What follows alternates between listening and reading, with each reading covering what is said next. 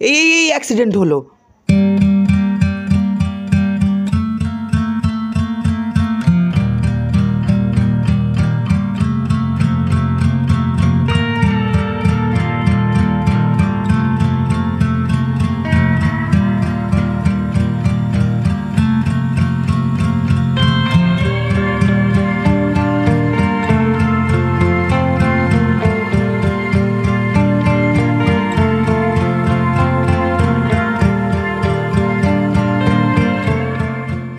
Good morning, সবাই ভালো আছো? আমিও ভীষণ ভালো আছি। কটায় ঘুম থেকে উঠলাম দেখো, বেজেছিল অ্যালার্ম ভোর 5টার, কিন্তু ঘুম থেকে উঠলাম 5:48। 47 থেকে 48 পেরোতে খুব একটা সময় লাগলো না। ঠিক এইভাবেই যদি অফিসের গণ্ডিগুলো ঝটপট পেরিয়ে যেত তাহলে বোধহয় ভালো লাগতো।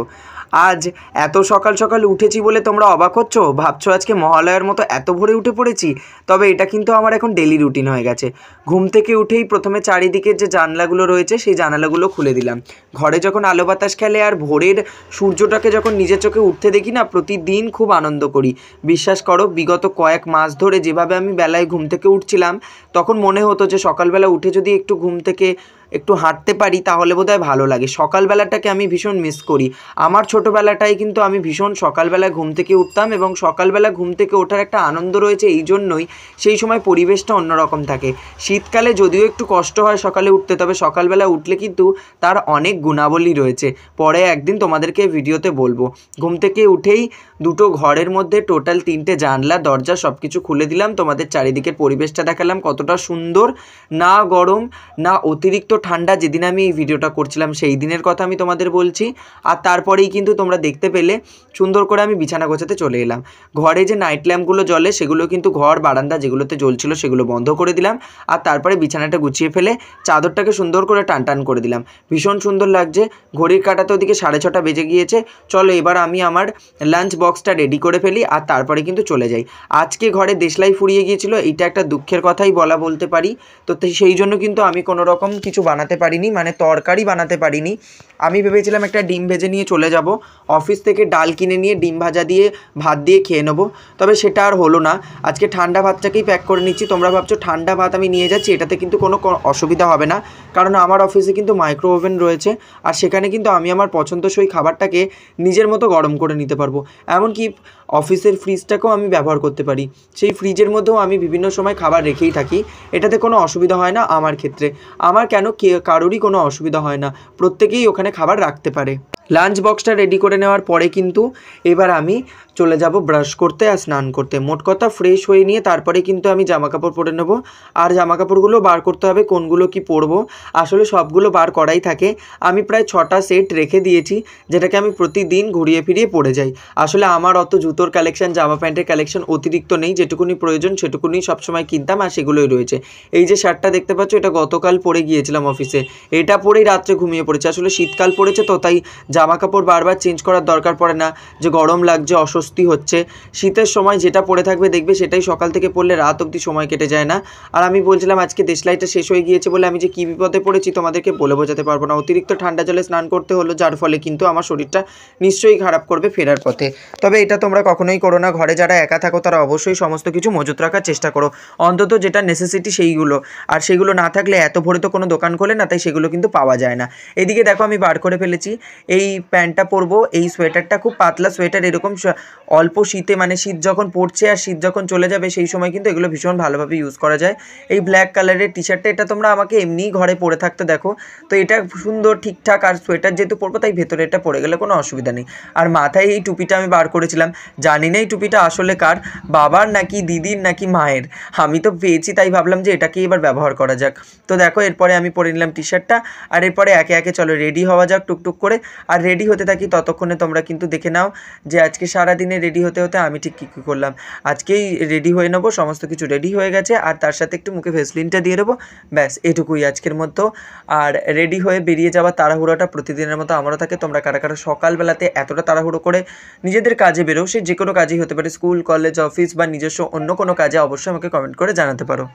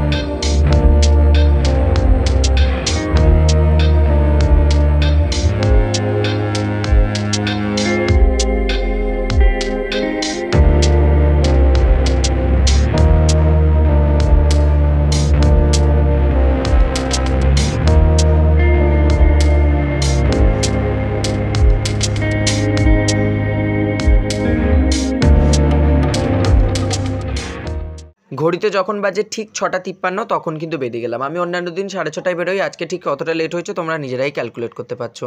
এদিকে দেখো দরজায় তালাটা মেরে দিলাম, আর তারপরেই কিন্তু টুক করে দরজাটা খুলে বাইরে চলে গেলাম। হ্যাঁ, তো সকাল সকাল বেরোই, আর আশেপাশের লোকজনের না বড্ড কৌতূহল বলতে পারো। কোথায় যাচ্ছি, কেন যাচ্ছি, কী কারণে যাচ্ছি, এবং সেখানে গিয়ে আমি ঠিক আমার উপার্জন ঠিক কতটা হচ্ছে সেই সব নিয়ে এত প্রশ্ন থাকে যে আমার সকালবেলা বেরোনোর সময় মনে হয় যেন সেই সব মানুষগুলোর মুখ যেন না দেখতে হয়। সত্যি কথা একটা বলি তোমাদেরকে, সেটা হচ্ছে এইসব মানুষগুলো কি বলো তো, এতগুলো মাস আমার মা চলে গিয়েছে, প্রায় 11 মাস পেরিয়ে গিয়েছে। এতদিন কিন্তু আমি কি খেলাম কি না খেলাম, কোন দিন কিভাবে বেঁচে আছি, কতটা অসুস্থ হয়েছি, এর মাঝে তো অনেকবারই আমি হসপিটালাইজ হলাম, তাও হরে ধরে 2-3 বার তো হবেই।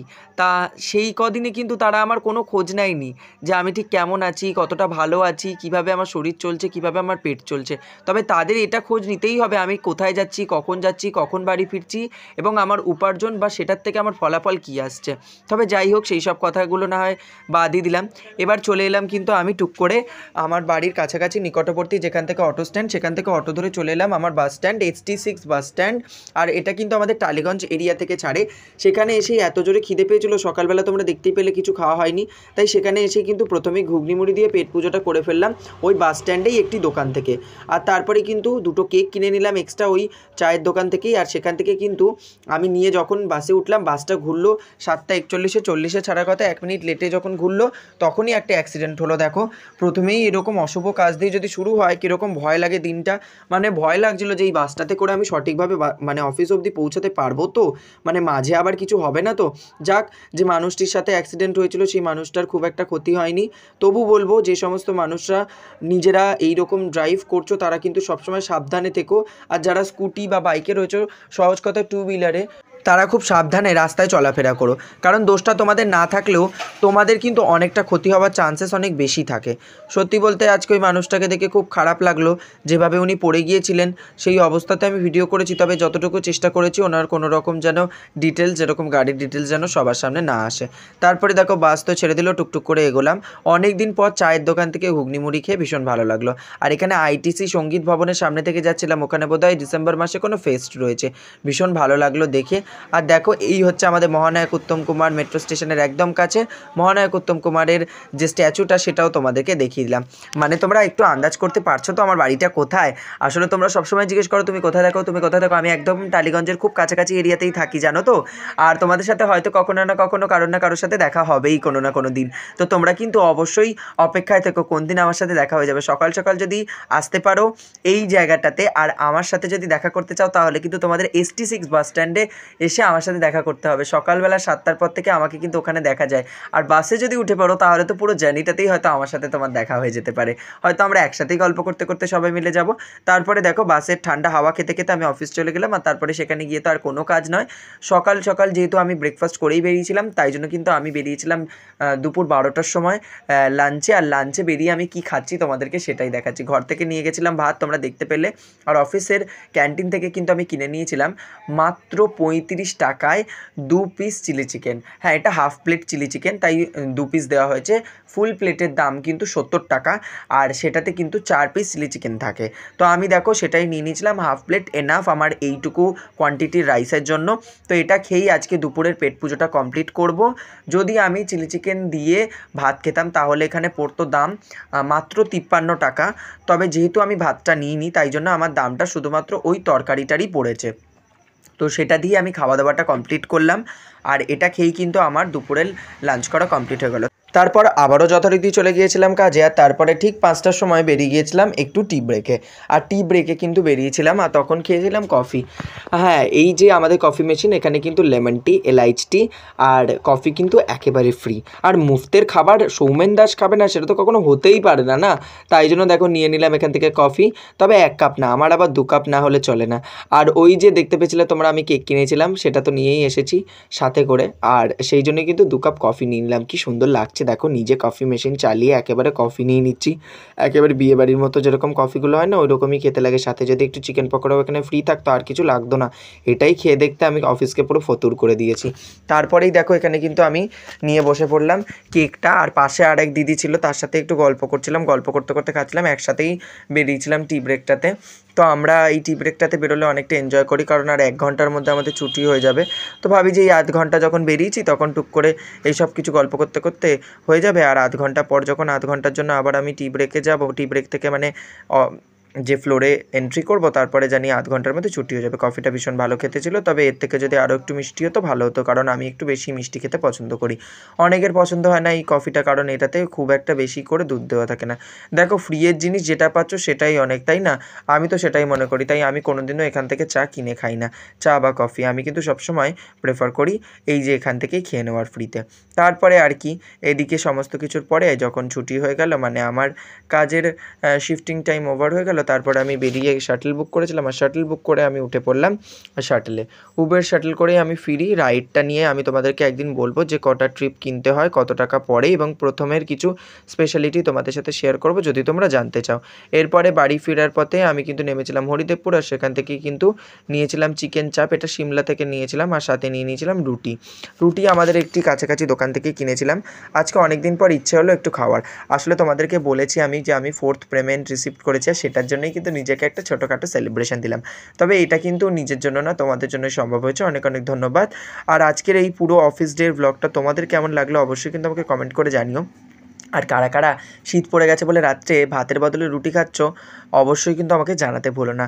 ব্লগটি ভালো লাগলে অবশ্যই লাইক, কমেন্ট, শেয়ার, সাবস্ক্রাইব করে পাশে থেকো। আর অনেক দিন পর পর ভিডিও আসছে বলে কেউ চ্যানেলটা থেকে বিমুখ হয়েও না, সবাই চ্যানেলের মধ্যে থেকো। আশা করছি আমি চেষ্টা করব যতটা সুন্দর করে হয় ব্লগ দেওয়ার। Tata, bye bye, see you soon. দেখাবে অন্য একটি ব্লগে খুব শীঘ্রই।